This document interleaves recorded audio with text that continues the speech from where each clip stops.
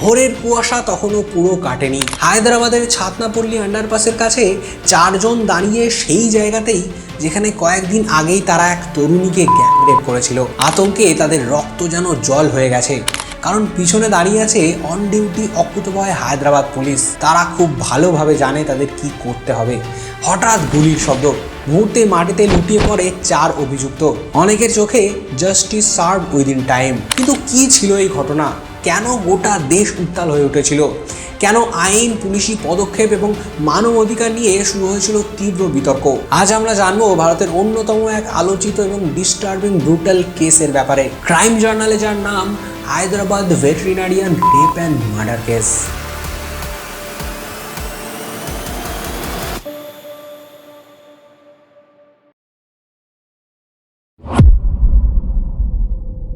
দু 2019 সালের 27শে নভেম্বর রাত হায়দ্রাবাদের উপকণ্ঠে ঘটে যায় এমন এক মর্মান্তিক ঘটনা যা পুরো দেশকে নাড়িয়ে রেখে দেয়। যেহেতু ধর্ষণ মামলায় ভুক্তভোগীর প্রকৃত নাম প্রকাশ করা আইনত এবং নৈতিকভাবে অনুচিত, তাই আমরা এই ভিডিওতে তাকে দিশা নামে উল্লেখ করব।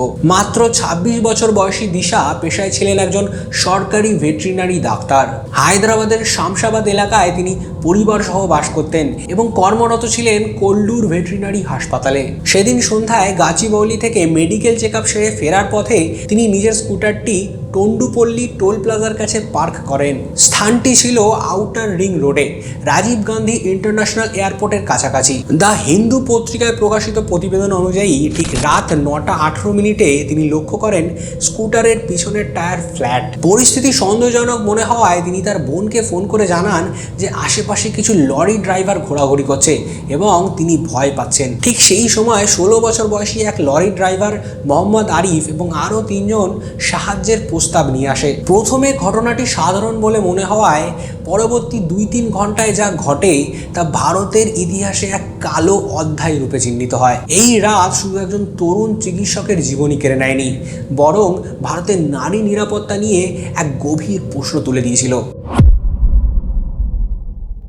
ঘটনার পরের অংশ আরও ভয়ঙ্কর এবং শিহরণ জাগানো। তদন্তে প্রকাশ, লরি ড্রাইভার মোহাম্মদ আরিফ, জল্লু শিবা, জল্লু নবীন এবং চিন্তা কুন্তা চেন্না কেশবলু, এই 4 জন টন্ডুপল্লী টোল প্লাজার কাছেই দিশাকে ফাঁদে ফেলে। স্কুটারের টায়ার ইচ্ছাকৃতভাবে ফাঁকা করে তাকে অসহায় অবস্থায় দাঁড় করিয়ে রাখা হয়েছিল। পুলিশি তদন্ত এবং 29শে নভেম্বর প্রকাশিত হিন্দু প্রতিবেদন অনুযায়ী সাইবরাবাদ পুলিশ কমিশনার ভিসি সাজনার জানান, অভিযুক্তরা প্রথমে তাকে জোর করে একটি নির্জন স্থানে নিয়ে যায় এবং গণধর্ষণ করে। মুখ এবং নাক চেপে ধরে শ্বাসরোধ করে হত্যা করা হয়। বিবৃতিতে আরও উল্লেখ ছিল, শিবা স্কুটার মেরামতের অজুহাতে ফিরে এসে আবার নির্যাতনের অংশ নেয়। খুনের পর তারা লাশটি একটি লরিতে তোলে। সেখান থেকে প্রায় 28 কিলোমিটার দূরে সাদনগরের ছাতনাপল্লী আন্ডারপাসের কাছে নিয়ে যাওয়া হয়। ভোর রাতে সেখানে দেহে পেট্রোল ঢেলে আগুন লাগিয়ে প্রমাণ নষ্টের চেষ্টা করা হয়। 28শে নভেম্বর সকালে স্থানীয়রা পুড়ে যাওয়া দেহটি দেখে পুলিশে খবর দিলে সমস্ত ঘটনাটি সামনে আসতে থাকে। এক রাতের মধ্যে ঘটে যাওয়া এই ব্রুটালিটি পুরো দেশকে স্তম্ভিত করে দেয়। 28শে নভেম্বর 2019 ভোর গড়িয়ে সকাল, শারদানগর ছাতনাপল্লী আন্ডারপাসের কাছে কয়েকজন পথচারী একটি অর্ধদগ্ধ দেহ দেখতে পান। পরে পুলিশ নিশ্চিত করে প্রায় 70% পুড়ে যাওয়া সেই দেহটি 26 বছরের দিশার। জায়গাটা ছিল হায়দ্রাবাদ শহর থেকে প্রায় 30 কিলোমিটার দূরে ন্যাশনাল হাইওয়ের পাশে একটা নির্জন আন্ডারপাস। 29শে নভেম্বর 2019-এ প্রকাশিত হিন্দু প্রতিবেদন অনুযায়ী এই দেহটি এতটাই পুড়ে গিয়েছিল যে ফেস আইডেন্টিফিকেশন অসম্ভব হয়ে পড়ে। পরিবারের লোকেরা গলায় থাকা একটি গণেশের লকেট এবং সাদা স্কার্ফ দেখে শনাক্ত করেন। এই ছোট্ট দুটি বস্তুই হয়ে ওঠে মেয়ের শেষ পরিচয় চিহ্ন। এদিকে তদন্তে জানা যায় স্কুটিরটি ঘটনাস্থল থেকে প্রায় 10 কিলোমিটার দূরে কোথুর এলাকায় ফেলে রাখা হয়েছিল। তার মোবাইল ফোন ও পার্স নিখোঁজ ছিল। টন্ডুপল্লী টোল প্লাজার কাছে উদ্ধার হয় ভিকটিমের জামা কাপড়, হ্যান্ডব্যাগ, জুতো এবং একটি মদের বোতল, যা ঘটনার পরিকল্পিত দিকটি স্পষ্ট করে। ঘটনার আগের রাতে প্রায় 11টার সময় পরিবার Rajiv Gandhi international airport police স্টেশনে নিখোঁজ ডায়েরি দায়ের করেন। কিন্তু তখনও কেউ ভাবেনি কয়েক ঘন্টার মধ্যে এই নিখোঁজ ডায়েরি পরিণত হবে এক জাতীয় ক্ষোভের বিস্ফোরণে।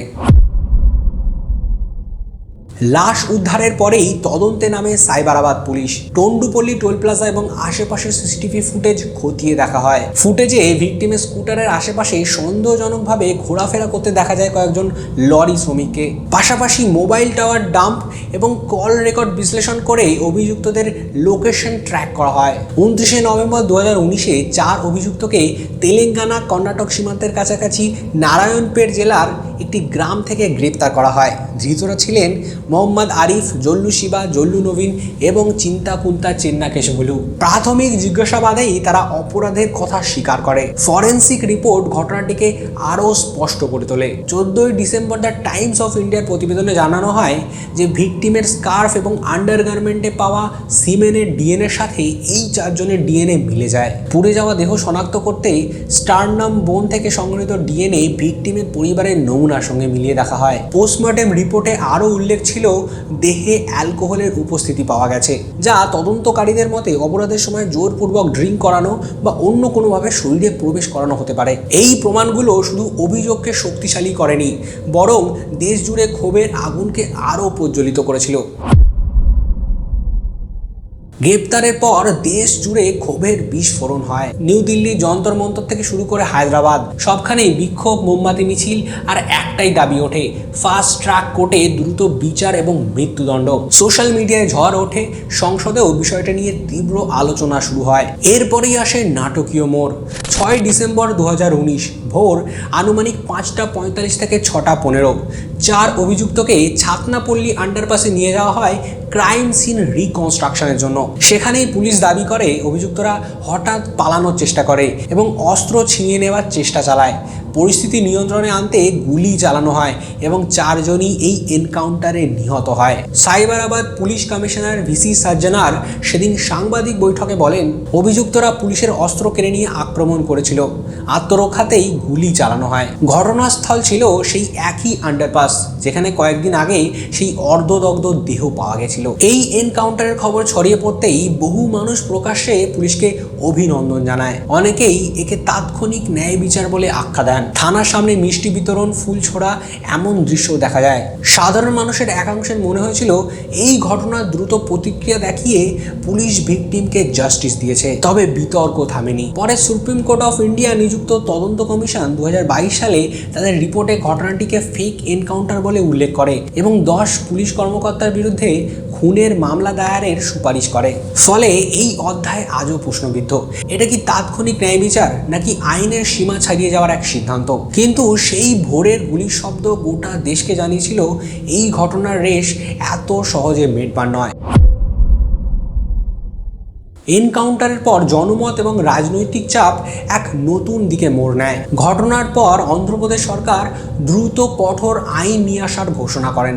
ডিসেম্বর 2019-এ পাশ হয় অন্ধ্রপ্রদেশ দিশা অ্যাক্ট, যেখানে ধর্ষণের মামলায় 21 দিনের মধ্যে তদন্ত এবং বিচার প্রক্রিয়া শেষ করার লক্ষ্য নির্ধারণ করা হয় এবং নৃশংস অপরাধে মৃত্যুদণ্ডের বিধান রাখা হয়। যদিও পরবর্তীতে আইন এবং সাংবিধানিক জটিলতা নিয়ে বিতর্ক ওঠে। একই সময়ে মানবাধিকার সংগঠনগুলো সুর তোলে। 14 ডিসেম্বর 2019 তারিখে দ্য হিন্দু সহ বিভিন্ন প্রতিবেদনে এক্সট্রা জুডিশিয়াল কিলিং নিয়ে প্রশ্ন তোলা হয়। তাদের মতে বিচার বহির্ভূত এনকাউন্টার আইনের শাসনের পরিপন্থী। তবুও সাধারণ মানুষের এক বড় অংশ এনকাউন্টারকে সমর্থন করে।